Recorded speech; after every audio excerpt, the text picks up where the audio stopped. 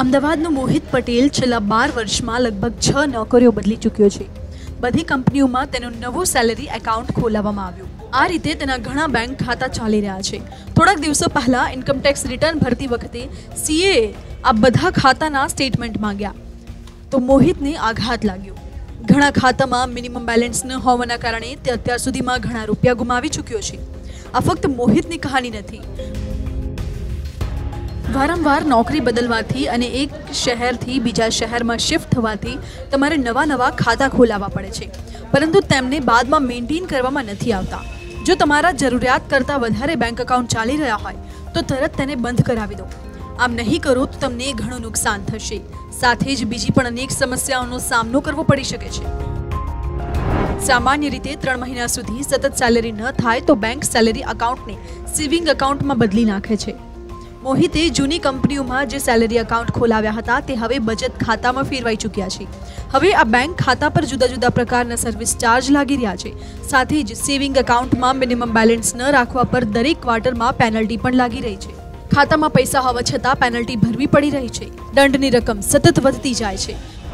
ઉદાહરણ તરીકે જો તમારી પાસે 4 બેંક એકાઉન્ટ છે તો તેની સામે સૌથી મોટી સમસ્યા આ ખાતામાં મિનિમમ બેલેન્સ મેન્ટેન રાખવાની છે।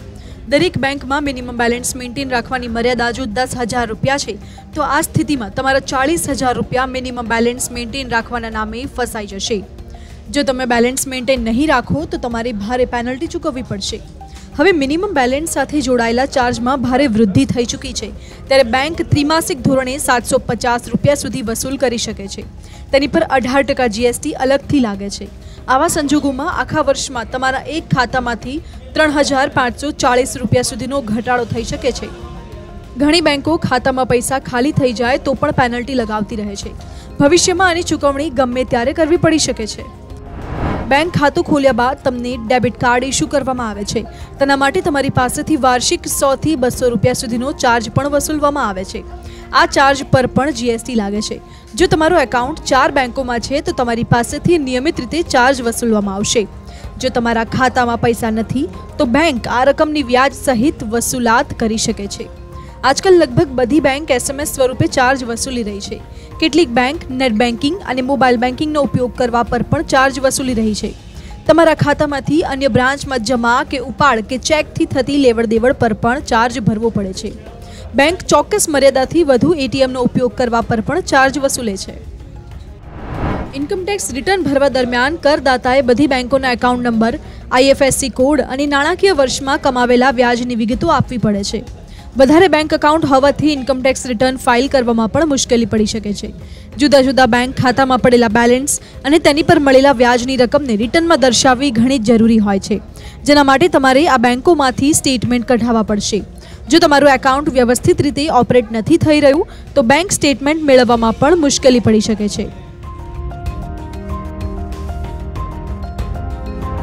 બેન્કિંગ એક્સપર્ટ અને પૂર્વ બેન્કર કેબી સિંહ કહે છે કે આ પરેશાનીથી બચવા માટે નવું બેંક એકાઉન્ટ ખોલતા પહેલા તમારા જૂના બેંક એકાઉન્ટનું વિશ્લેષણ કરો કે આની જરૂર છે કે નહીં। વધારે બેંક ખાતા ખોલવામાં કોઈ સમજદારી નથી। આ ઉપરાંત જે બેંક ખાતામાં ઓછી લેવડ-દેવડ થાય છે તેનો દુરુપયોગ થવાની આશંકા વધારે રહે છે। તે જ રીતે જે ખાતામાં વધારે રકમ જમા થાય છે તેની પર હેકર્સની પણ વધારે નજર રહેતી હોય છે।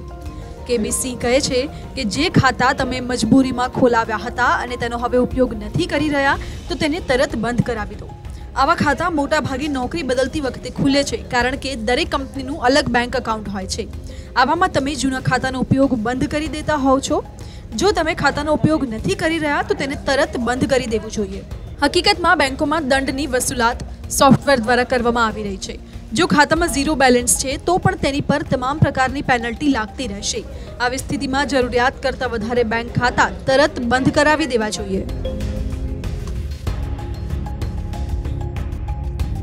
આવા ઇન્ટરેસ્ટિંગ વિડિયો જોવા માટે આપ મની9 ગુજરાતીની YouTube ચેનલને સબસ્ક્રાઇબ કરી શકો છો।